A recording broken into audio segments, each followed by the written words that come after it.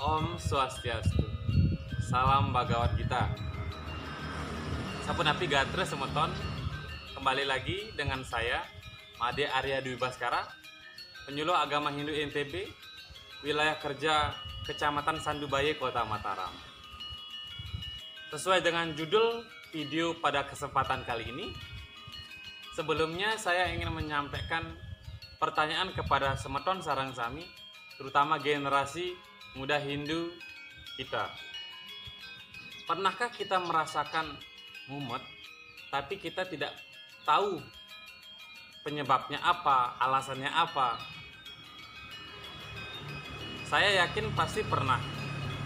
Ada beberapa masalah yang pernah kita alami, tapi rasanya melekat di dalam hati kita, melekat di dalam sanubari kita, sehingga kita kadang-kadang sulit untuk mengatasinya. Hal ini pun telah dijelaskan oleh Bhagavad Gita. Bagaimana cara menanggulanginya? Mari ikuti bersama saya penjelasan kenapa sesungguhnya ada permasalahan yang kadang-kadang kita tidak tahu penyebabnya apa. Mari. Oke, langsung saja yang jelaskan sedikit mengapa sih kadang-kadang kita mengalami permasalahan, tapi kadang-kadang kita mumet dan tidak tahu penyebabnya apa. Kita mulai dari sesuatu yang dikatakan sebagai mind. Mental mind ini adalah seperti penjelasan berpikir atau menyadari, menginginkan, merasa emosi. Jadi ini adalah kemampuan jiwa yang mana mental mind ini akan menghasilkan pikiran. Setelah menghasilkan pikiran, tanda panahnya akan merujuk kepada tingkah laku. Tapi sebelum mengarah ke tingkah laku, pikiran akan diolah oleh akal budi. Sebelum mencapai tingkah laku, ia akan bertemu atau diolah oleh akal budi, yang mana ini merupakan pengendalian untuk mental. Bisa dikatakan sebagai berpikir, memutuskan, menganalisa, membedakan, mengamati, dan seterusnya. Kesadaran, motivasi, kehendak. Jadi, pikiran yang dihasilkan oleh mental akan diolah atau dianalisa oleh akal budi. Apakah layak atau tidak untuk dijadikan sebagai tindakan atau perilaku atau tingkah laku. Jadi ini adalah sumber pengendaliannya dari produk mental yang disebut dengan pikiran. Sebelum mengarah ke sanskara atau alam bawah sadar, ingatan, bentuk-bentuk pikiran, kepribadian, identitas atau watak. Jadi segala tindakan atau tingkah laku yang kita lakukan akan direkam oleh alam bawah sadar. Selama berulang-ulang dan terus-menerus akan masuk ke dalam alam bawah sadar. Kemudian kembali lagi ke mental atau pikiran.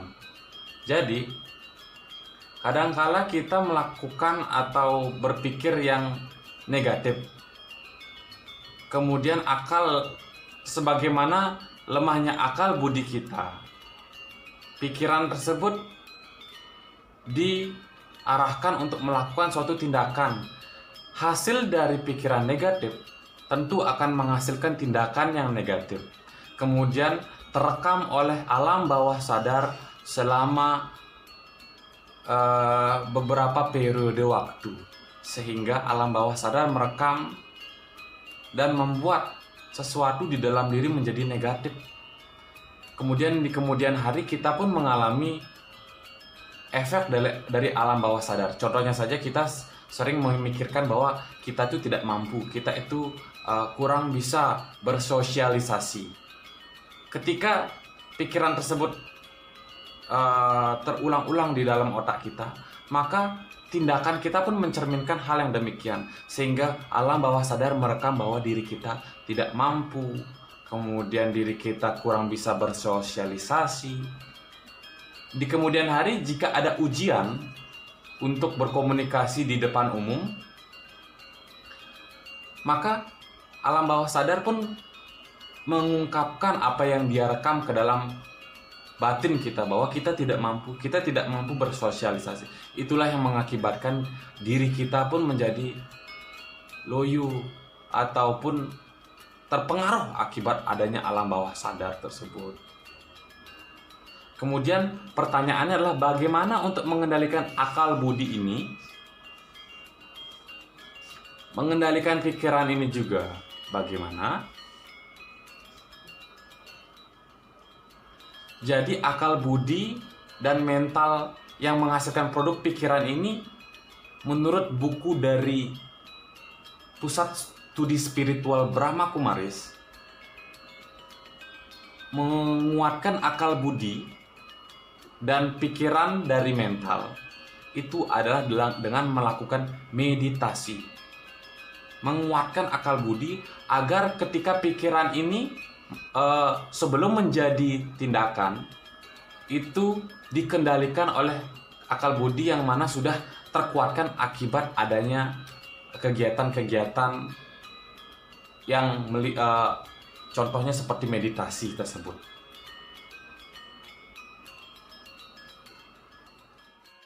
Meditasi sudah ada dijelaskan oleh Sri Krishna di dalam Bhagavad Gita Adhyaya 5 Sloka 17. Tat budayas tad atmanas tannistas tat parayana gacantya punaravritim jnanan nirduta kalmasah. Mereka yang hayalannya sudah dihapuskan oleh ilmu pengetahuan suci jnana yang diberkahi dengan kecerdasan spiritual, yang tekun bermeditasi pada sang diri di dalam, yang keyakinannya sudah sangat mantap, dan dia yang berlindung sepenuhnya pada Tuhan Yang Maha Esa dengan membakar dosa-dosanya melalui ilmu pengetahuan suci jnana, maka ia mencapai pembebasan tertinggi. Bermeditasi pada sang diri yang memang dicetak kapital pada huruf depannya. Ini yang dimaksud adalah bermeditasi menyadari sang Atman ada di dalam diri, yang mana hal tersebut merupakan ilmu pengetahuan suci jnana yang sebenarnya, yang hakiki, yang memang harus diketahui oleh seluruh umat Hindu untuk mencapai pembebasan tertinggi, kebahagiaan yang sejati. Jagadita, Moksartam Jagadita Yaca Iti Dharma. Tentu dalam melakukan meditasi ini ada proses-proses yang perlu dilalui bagi yang merupakan pemula. Oleh karena itu, mungkin untuk bisa dicek video saya sebelumnya, bergurulah pada guru kerohanian atau guru spiritual yang sudah menyerahkan keegoannya, menghilangkan iri hatinya, menyerahkan seluruh raga dan jiwanya untuk Krishna. Maka ia adalah orang yang tepat untuk dijadikan sebagai guru kerohanian atau guru spiritual. Nah, bagaimana semeton sareng sami? Semoga apa yang Tiang sampaikan bisa dapat kita eling sama-sama, bahwa sebetulnya ada sesuatu yang tidak bisa dijelaskan dengan kata-kata melalui jalan meditasi. Sangat rahasia. Mungkin semeton sareng sami bisa mendalaminya melalui mendalami Bhagavad Gita. Sungguh bahagia yang sangat luar biasa. Itu yang tutup dengan mengucapkan Param Santi, Om Santi Santi Santi Om. Stita Pratnya Jagrastaru. Suk semua.